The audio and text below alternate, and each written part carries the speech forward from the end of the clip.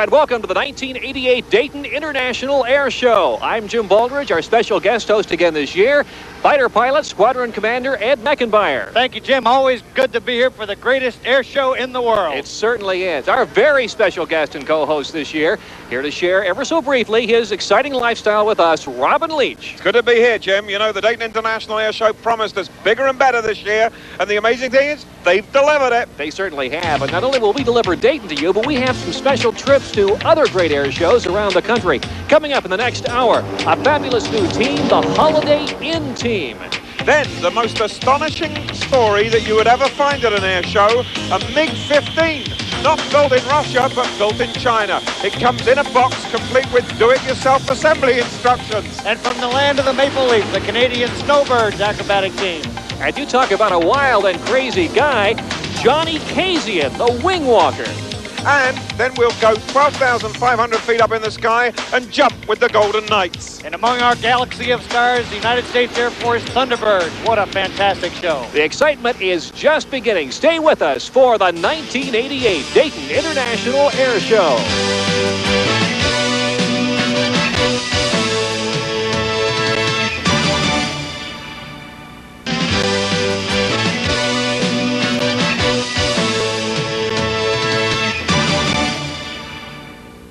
Welcome back to the 1988 Dayton International Air Show. And Jim and Robin, high above this rather noisy place right now, there's a group of fellas who lead a lifestyle, Robin, with which you can identify. It sure is a high-flying lifestyle for the United States Army Golden Knights. High-flying because I joined them up in the sky at 12,500 feet. And you know, when they jump out of that door of that plane, they've got 60 seconds of free fall, and they're traveling at speeds up to 200 miles an hour as they come through the air to hit the place where X marks the spot. It is a breathtaking performance, and it's easy to see why they are the best in the world. The only reason that I jump out of an aircraft is if there was a true emergency.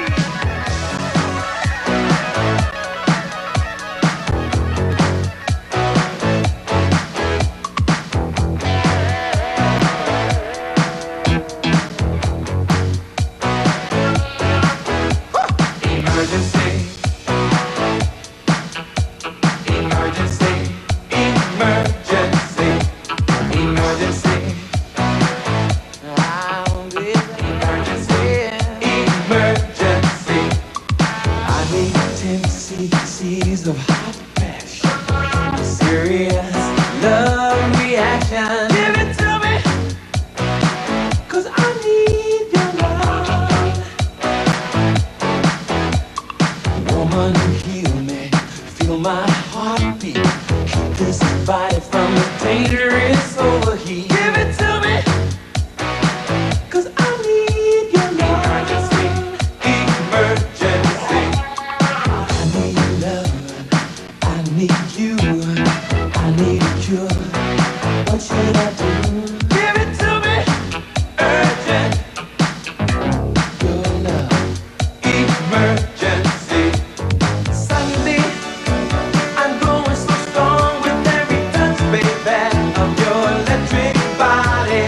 You rescued me from the fire of heartbreak, and you knew just what I should take. Thank you, girl.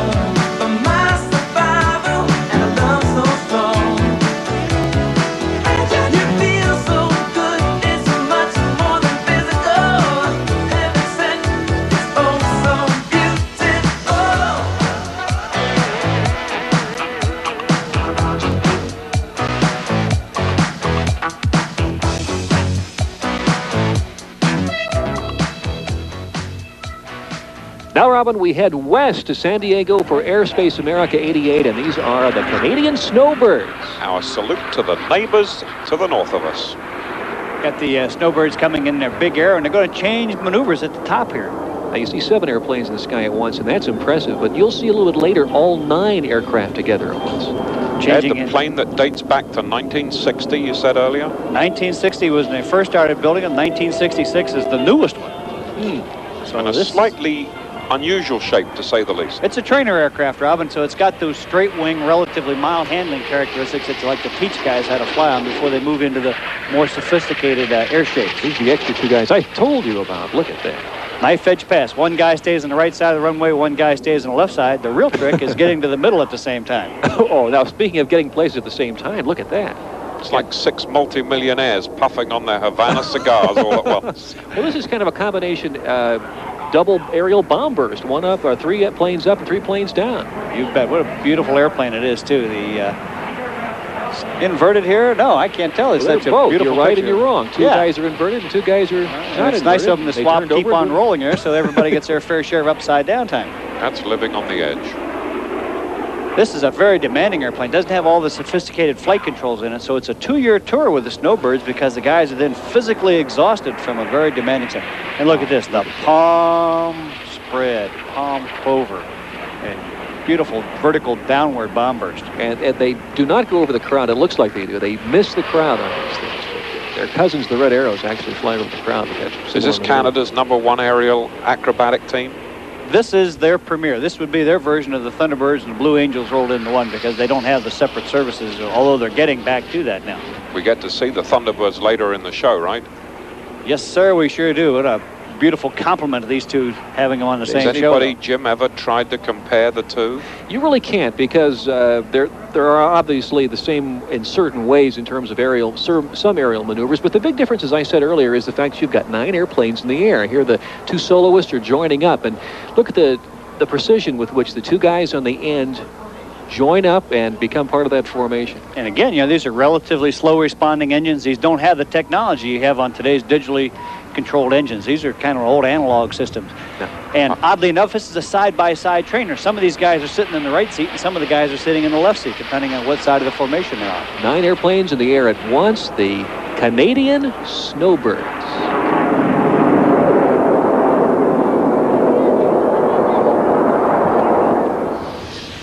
The history of flight really began here in Dayton, Ohio, on a wing and a prayer. And you know, it's not all the noise and the excitement of the high-speed jets that attracts our attention. Dayton International hosts one of the largest balloon rallies anywhere in the world. It's dawn now, and here comes the sun. Little darling, the smiles returning to the faces. Little darling, it seems like years since it's been here. Here comes the sun. Here comes the sun. And I say, it's alright.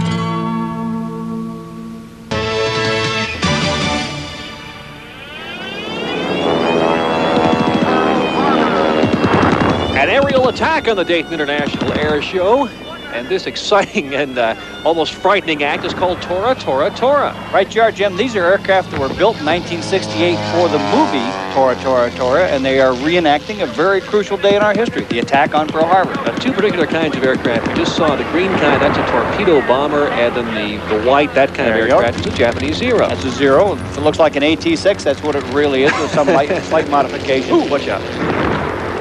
Not real bombs and real bullets, but an effective and almost frightening demonstration. And look down the right-hand side of your screen now, Jim. What do you see there? B-17? And you know, that really happened. This is a reenactment of something that really happened. B-17s being ferried across the Pacific came into Pearl and found themselves in the middle of a battle. There were 183 Japanese airplanes, 150 American airplanes destroyed on the ground, and a few guys who weren't expecting to show up that day. And there's that torpedo bomber. I'm wondering about the Delta and Piedmont airliners coming into the Dayton airport while all this is going on and changing passengers. The field is IFR at this point. Instrument flight rules only. Japanese Zero on the attack. And the other featured aircraft, Jim and Robin, coming from the left here now is the Kate torpedo bomber. It's really an AT-6 with BT-13 tail, little nose and tail extensions to make it look very authentic. The performers say their goal is to first underscore the sacrifices of many, and most important, to make sure we don't get caught by surprise again. From the excitement of Tora, Tora, Tora to a sentimental journey, we recreated another part of history when I took a flight aboard a 40-year-old B-17 bomber. It's a trip that I'll never forget. Gonna take a sentimental journey. Good luck. I love you. I'll be back right after this. Okay.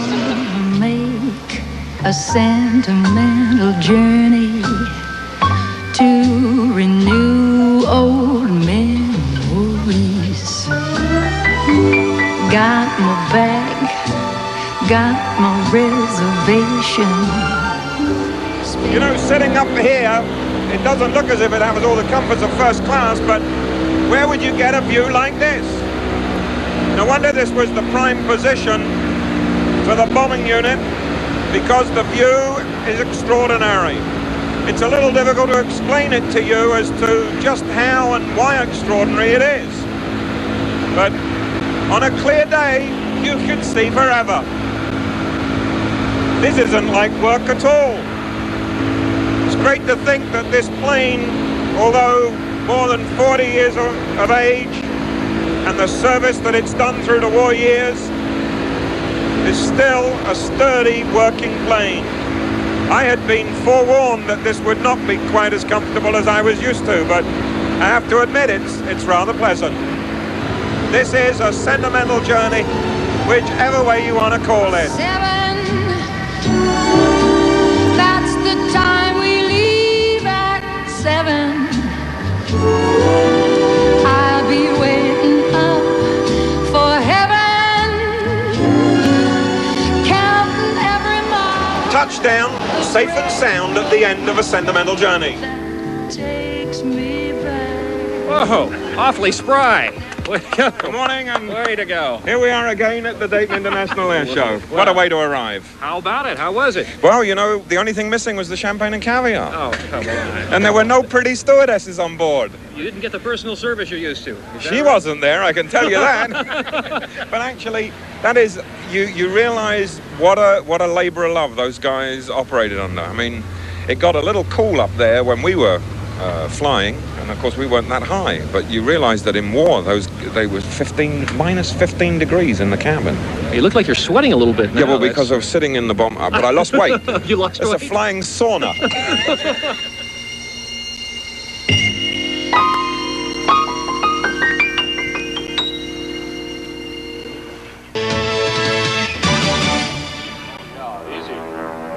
Our cameras were in Pittsburgh and San Diego now for this star performer. You can't see it here, but the real star here isn't even in the airplane, Jim. That's right, he's outside of the airplane, Robin. Look at this. There is a man hanging from the end of the wing in smoke. Can he see what he's doing? I don't know what he can do. I think except hang on. I think maybe he's glad he can't see what he's doing. Johnny Kazian's been doing this for a long time, and he's got 155 pounds worth of just sheer guts as far as I'm concerned. That's a Lamshabak, isn't it, Ed? That's a Lamshabak. He went up, did a little tail slide and everything else. Who knows what he did in that smoke bomb there. Now, be honest, guys. How is he able to stand on the roof of the plane? What are his feet locked into? His feet he's got stirrups there, but as you see, he takes his feet out. He's got a pole behind him. He really is standing free on there, supporting himself sometimes by holding on with his hands, sometimes by hooking his feet into the stirrups. Is it somewhat similar to the sensation of high-speed water skiing? I think it'd be high-speed water skiing if you were hanging 20, 10 toes and 10 fingers. This is obviously a man who had a full lunch.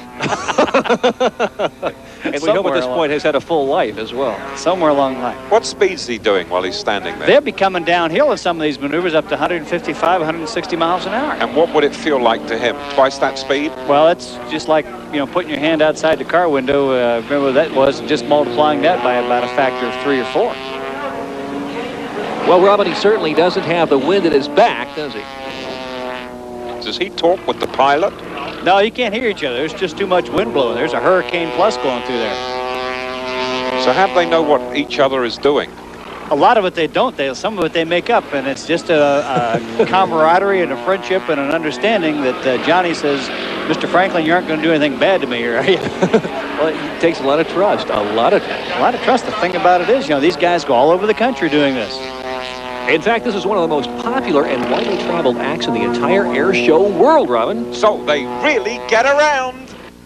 Round, round, get around, I get around, yeah, get around, round, round, I get around, I get around, round, round, I get around, get around, round, round, I get around, get around, round, round, I get around, get around, round, round, I get around. I'm getting bugged driving up and down the same old strip. I gotta find a new place where the kids are hip. My buddies and me, you're getting real well known. Yeah, the bad guys know us and they leave us alone. I get around, round, round, round, I get around. Get around, round, round, I get around. Get around, round, round, I get around. Get around, round, round, I get around. I get around.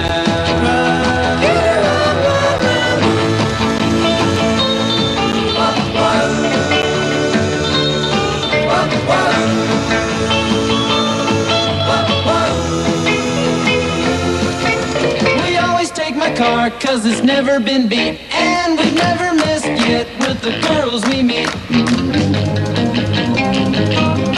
None of the guys go steady, 'cause it wouldn't be right to leave your best girl home on a Saturday night. I get around, round, round, round, I get around. Get around, round, round, I get around. Get around, round, round, I get around. Get around, round, round, I get around. I get around. Ahead, one of the strangest stories of the day, a mail order, so to speak, Russian MiG. Absolutely true and absolutely astonishing. A Russian MiG-15, not built behind the Iron Curtain, but actually built in China. Disassembled, put in a box and shipped to the good old US of A. You open it up, you'll find inside do-it-yourself assembly instructions. And a surprise. I wanted to know if the plane was actually combat ready when it landed here. The guns were still aboard the aircraft when they came in, and we had to get those out before they went through customs. And alcohol, tobacco, and firearms took possession of those weapons, and they're now in the Smithsonian, the Air Force Museum in Dayton, and the Marine Corps Museum in Quantico. Well, I guess the Chinese won't be getting those weapons back in a hurry, will they? Not anytime in the near future. Now, this is not exactly a brand new type of airplane, is it, Ed? No, this is a Yalu Valley, MiG Alley type vintage airplane. This is the airplane that the F-86 Saberjet became so famous for shooting down so many of in the Korean War. This looks strangely like an F-86. This is a relatively basic first-generation jet fighter airplane. And it's not all that airworthy, at least judging from the takeoff we're watching. Well, it's not all bad. Again, consider this is a late 1940s, early 1950s design, and aerodynamically, in fact, it was really a better or a superior aircraft to the F-86 Saberjet. It was only the superior skill and training of the American pilots that allowed a 15-to-1 kill ratio in Korean War. So if anybody out there wants a Chinese-built MiG-15, you're right too. Chairman Chiang Kai-shek, Peking Square, Department of Missiles, China. And if you're one of those well-heeled warbird enthusiasts, you're going to see more and more of these aircraft, because when we have an old airplane, we chop it up. They disassemble them and sell them on the world market because they need the foreign cash. That's the motivation behind their selling these airplanes. And how much does it sell for?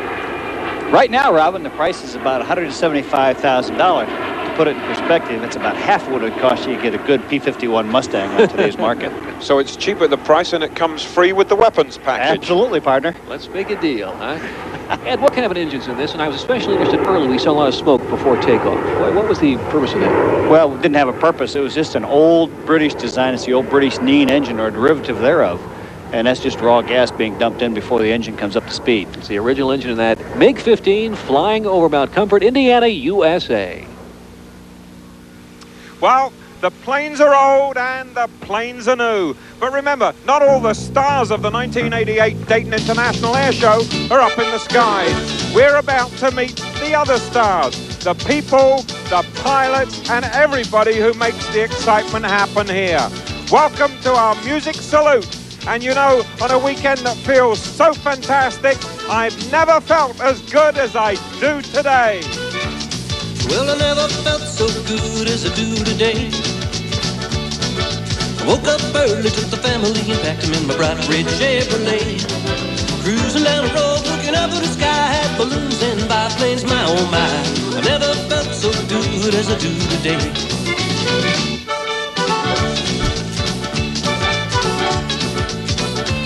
Well, the sky never looks so blue as it does today. I feel the wind in my face, see the sun every place. I'm just a-grooving on a sunny day. Feeling like I feel on a roller coaster, gonna spread my wings and fly away. The sky never looks so blue as it does today.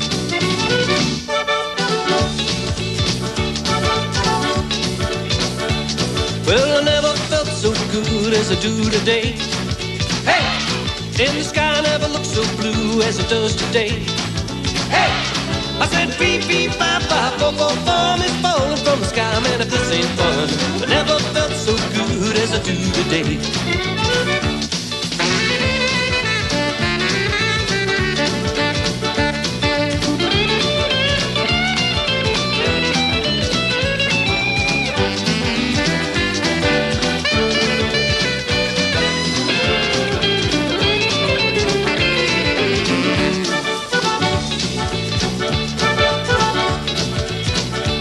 Well, I never felt so good as I do today. I feel the wind in my face, I see the sun every place. I'm just a-grooving on a sunny day. Feeling like I feel on a roller coaster, gonna spread my wings and fly away. I never felt so good as I do today. Well, I never felt so good as I do today. Hey! And the sky never looks so blue as it does today. Hey! I said beep, beep, bye, bye, 444 is falling from the sky. Man, if this ain't fun, I never felt so good as I do today.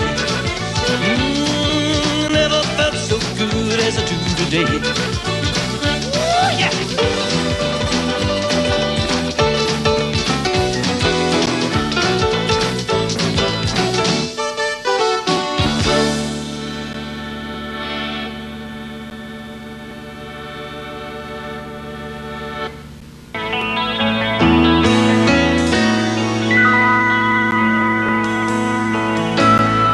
Now, flight at its simplest, perhaps its most beautiful. Bob Ettinger, and maybe the slowest aircraft he's ever flown. Bob's had a very colorful career flying the latest fighters and the newest aircraft in the Air Force industry as a test pilot for a long time. Recently retired, now he's focusing on this glider experience. And gee, Robin, I guess you're about the most current guy in glider flight around here. This is truly the absolute magic of flight. You are at peace, man with nature up there, just hopping along on the thermals, and you don't have to worry about where or when you'll come down. It is an emotional experience, and all I can say is, why don't we just sit back and watch and listen to the magic and majesty of flight by glider.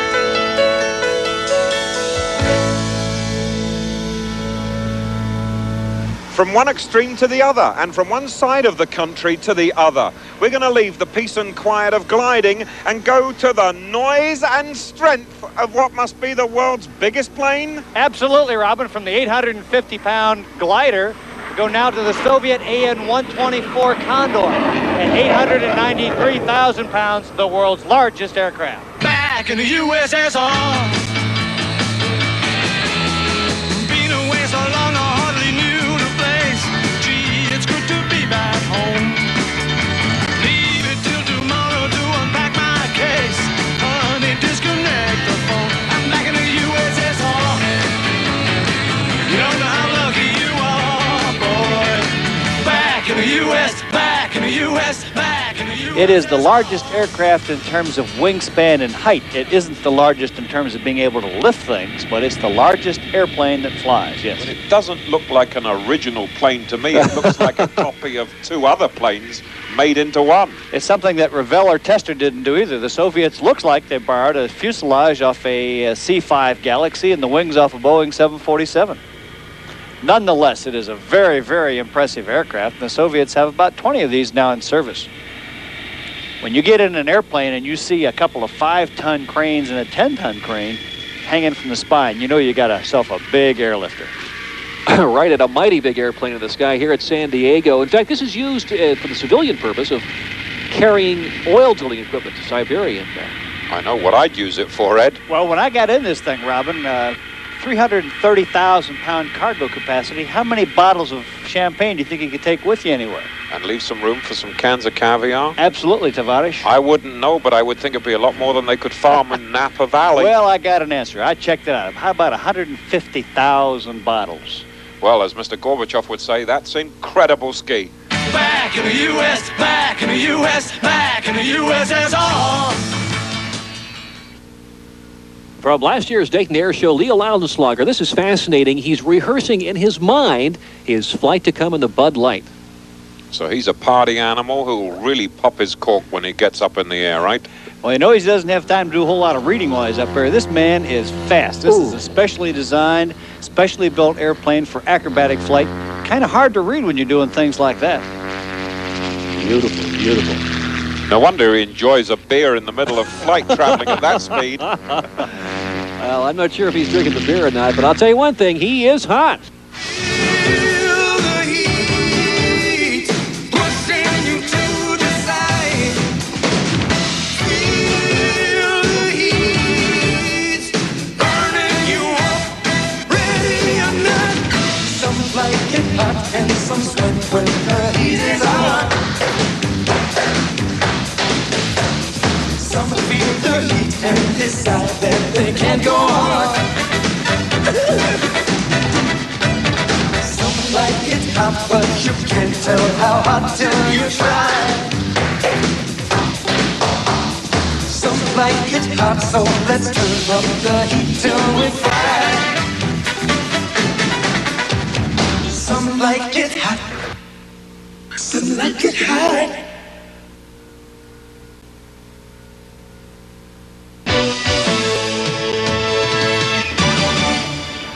Welcome back to the 1988 Dayton International Air Show. And now for the premiere appearance here in Dayton is the thrilling Holiday Inn aerobatic team.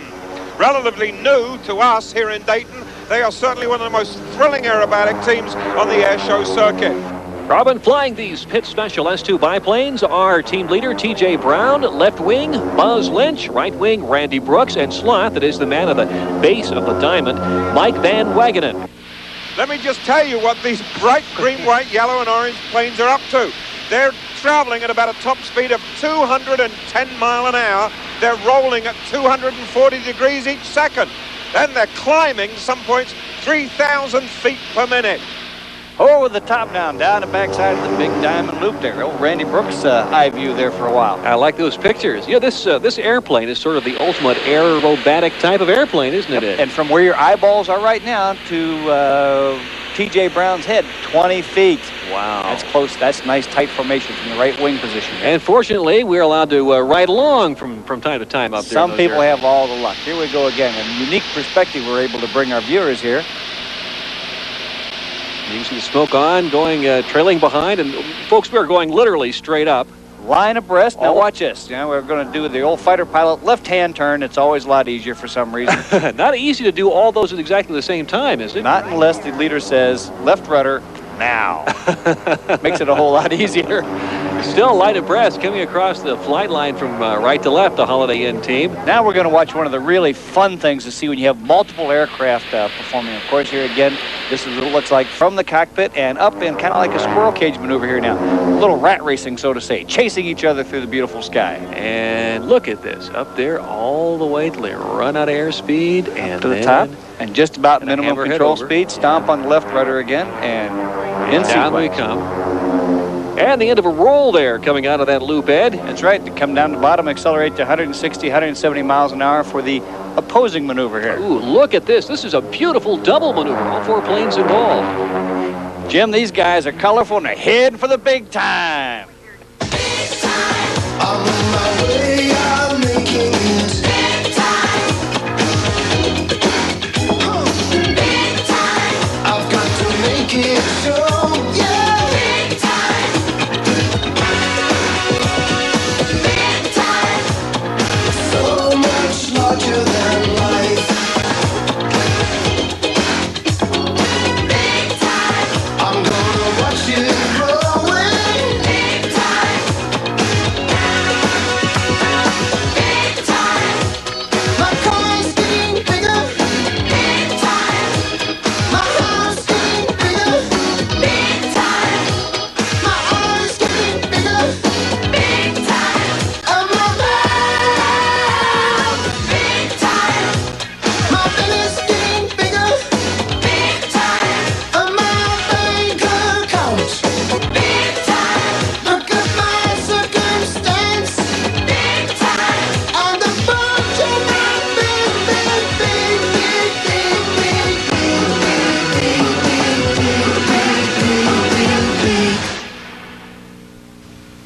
Jim and Robin, you're about to see this helicopter do things helicopters don't do. This is the Soviet Mi-34 acrobatic helicopter. Acrobatic helicopter? I'll tell you, in other parts of the world, they take this stuff very seriously. This airplane, helicopter, look at this, straight up over. You know, if a news helicopter, an Aerovac helicopter did this, you know, they'd be kind of shaking up some people around the countryside. It's really Helicopters are not supposed to do this. What is the point of this? Is this a case of the Russians trying to prove that they're bigger and better? It is strictly built for international acrobatic competition in helicopters. He has special louvers on the side of that to deflect the exhaust gas forward so he can back up uphill that way. Wow. You know, it looks almost like an optical illusion. I mean, your eye sees this, but you know helicopters shouldn't be doing some of these things, and you kind of think it's not really real. There must be something wrong with what I'm seeing. Now, the Europeans take helicopters because they have a whole lot more use for them, relatively short distances, and they take their competition annually in Hanover, Germany, as a very important event. I know how this is going to be used in America now. It'll be the best radar catching plane you ever saw on the highway. Thanks, Robin. And Robin pulling up from a low in his dive there. We have Jim Franklin, who at 39 is a real veteran of the acrobatic scene in the United States. He is a stunt pilot supreme, and he has been flying, I'm told, since 12 years of age. That's 4 years under the legal age of solo flying. And here he is doing an inverted spin in his Waco, his black Waco, coming down a nice little aileron roll there down to show center. That looked like almost a double Lamshavak at the top before he went down in it. He's a very, very wild fella in the air for being a very mild and low-key fellow when he's got his feet on the ground. And you know, Extraordinary pilot. Beautiful airplanes here. These Wacos were built in the 30s, and they really got started as a play toy for wealthy people. It's not derived from some military specification. It really was just a play toy. And as such, it's a very fun airplane to see because it's so maneuverable. Well, he was being pulled out of that cockpit. I mean, that's the force when you're in that outside corkscrew spin like that. And here you go. Now a few snap rolls going straight up, and a little out of airspeed routine there. We always have our Jim told me characterization. before he took off on this flight that he drives an old Ford pickup back home. I just hope he doesn't drive it the same way he flies a plane. Maybe that's why he drives an old Ford pickup. Maybe he does drive the same way. Look at that. There's some vertical snap rolls there, and then back down the other side. Lovely against that sky, too. One of the nice things about these old airplanes like that is you get them going up, they run out of airspeed, the heavy part's in the front, so it comes back down like a dart. 175, 180 miles an hour, and some of the vertical maneuvers coming down to 120 miles an hour over the top. And this again is up in Allegheny at Pittsburgh, one of the great air shows in the country. This is a nasty business being going around all these beautiful air shows. Yeah, tough work, but somebody has to do it, Robin. That's right. I approve of it. Back on the ground. Look at this now. He's got his engine with enough airspeed going across, enough airflow across the tail lifted up while he's got the brakes on the wheels there. Look at that. Look at that. That's pretty delicate, isn't it? That's pretty delicate maneuver, because if he tipped that nose down a little bit and caught himself a prop, he'd have a little bill. Wow. Jim Franklin, world champion, #1 last year, and the big question is now, Jim, is will he be the master champion again this year? I'd say there's a great chance, Robin. Just ahead from the Dayton International Air Show, perhaps the most exciting flying team in the world. Right you are, Jim. Since 1953, the Thunderbirds have done over 2,800 shows, bringing their special brand of thrill and excitement to crowds around the world. So stay with us for the biggest and best of today's air show excitement. We'll be right back.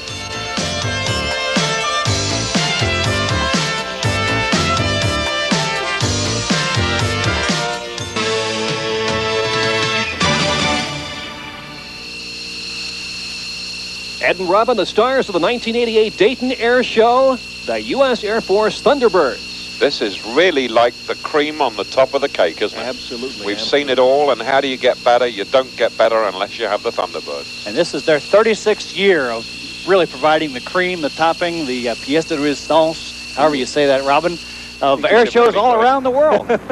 And 4 ships up in the air now, going into the diamond formation, that famous Thunderbird diamond. What a beautiful day we have for an air show here. Just a little contrail of a passing airliner. There go the solos now. They do their individual takeoffs and do a little snap roll there, or the jet version of that will take off. And the afterburner on that one, clearly. You bet. Just watching it gives you chills to your spine. You bet. Here come the Thunderbirds going away now up into over-the-top maneuver. And this is where the F-16 is really a much more impressive airplane. A little more noise, which adds to it. And now they have a whole lot of margin in terms of thrust. They used to have to use the afterburner on the top in these maneuvers with the T-38s. But look at that, just perfect formation, a good margin of safety, perfect position. Well, these are really almost rocket planes because the thrust is, what, 25,000 pounds? Takeoff weight is maybe 22, 23,000. So theoretically, you could set it up on its back and it would fly straight up in the air without the wind. I don't want to give away the show, but later on, remember, our favorite maneuver, we'll get a chance to see that. Inverted down the runway. This isn't Robin holding the camera upside down either. I just can't figure which way is right side up. I didn't like that view, so it goes the other way. 20th century angels in flight. What are they, 20 feet apart? Well, not even that, Robin. This is their show pass where they really tuck in nice and close. This is one of the few maneuvers where they actually overlap their wingtips. You can almost hear the hush, can't you, from the crowd as it just like a needle drops here today. It's really true. Sitting in his reclining chair there, the seat in this aircraft is a little unique in that it's this back. Watch this now. We're going to see them all in position. It's not enough to fly. Good, tight formation, all right side up. Just bump it around. This guy's getting quite a buffeting around there, soloist. And line abreast, pulling up into the sky here. Going into a trail, keep changing position. It's not just enough to do one thing. They constantly change position. Look at that sky. Up, what, 4 in the diamond now, I think. 4 in the diamond. Really can't see it that high. Over the top at about 8,000 feet. A lot of margin there down to about 200 knots. And the soloists, 1 up and 1 down. Thunderbirds keep it right here all the time. The 4 ship is out. The 2 ships are either doing single or together maneuvers. Oh, now here's our favorite ad. This is one we talked about. Here's our beautiful bomb burst up in the sky. And I think this is one that Robin always liked. The petals of a rose opening up. That's right. Now, watch the middle of the rose, Robin. Well, here comes the B, Robin. Right up through the middle here. Get a stinger going there. Here we go. This is that rocket plane effect. An artist could paint prettier pictures here today. Wow. Corkscrewing into the sky there. He goes up to what, Ed? 12,000 feet? Yeah, he goes up 12,000 feet to get out of the way of the rest of the 4 ship, which is reforming here for a A nice show pass right at our cameras here. Oh. And I don't really like airplanes. This is just a good seat. That's the only reason I keep coming back here all the time. Get up close and personal with these airplanes. Ooh, I think Robin's going to like airplanes. Robin? Yeah, I'm hooked. I've had such a great day here today watching all of this. You know, these fighter airplanes, they go so fast. But look at this now. This is about landing speed. And here he is sitting back in his easy chair with a side stick controller. Showing Now, this is dirty flight, right? 'Cause Dirty the- pass. Dirty pass. Thank you very much. You see, I've learned well here today. You used to not understand that fighter pilot talk. You're getting good. He was real I know. curious about what I was dirty hanging pass out with the meant guys for a in the bar last night, which explains why they're flying just a little bit closer this year. Variation on the theme here. The horizontal bombers that normally the Thunderbirds do on their bad weather day, but just a little extra treat for our crowd. Would you believe that they're coming together at 650 miles an hour? That's about 1,300 mile an hour closure speed. That water your eyeballs. And tactical pitch up, losing airspeed. So the old World War II maneuver, they usually keep the airspeed up, pull up to downwind from 300 knots, 150 knots, put the gear and flaps down and land. And we've got them back on the ground again. And one of the most amazing parts of the show is still to come, because I want you to watch the very tip, the very end, the little tube on the end of this F-16 fighter. Watch this, Robin. Wow, it's going right for his... Ah. Oh, he moved and it Look. pierced his ear. That is precision. Those are the 1988 Air Force Thunderbirds.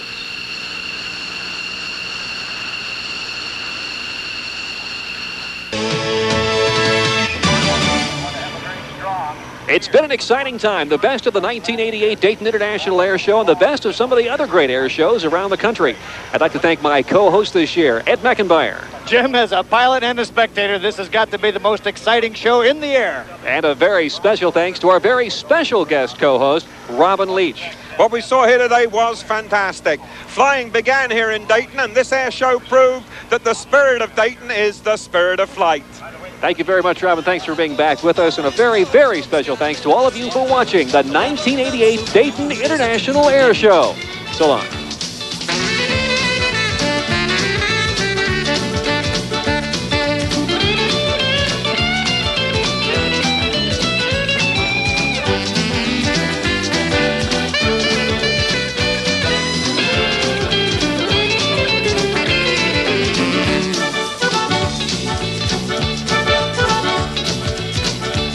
Well, I never felt so good as I do today.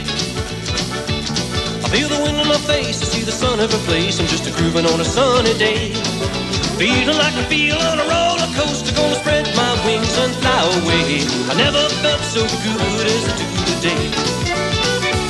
Well, I never felt so good as I do today. And the sky never looks so blue as it does today. I said beep, beep, bye, bye, four, all is falling from the sky. Man, if this ain't fun, I never felt so good as I do today. Never felt so good as I do today. Ooh, yeah.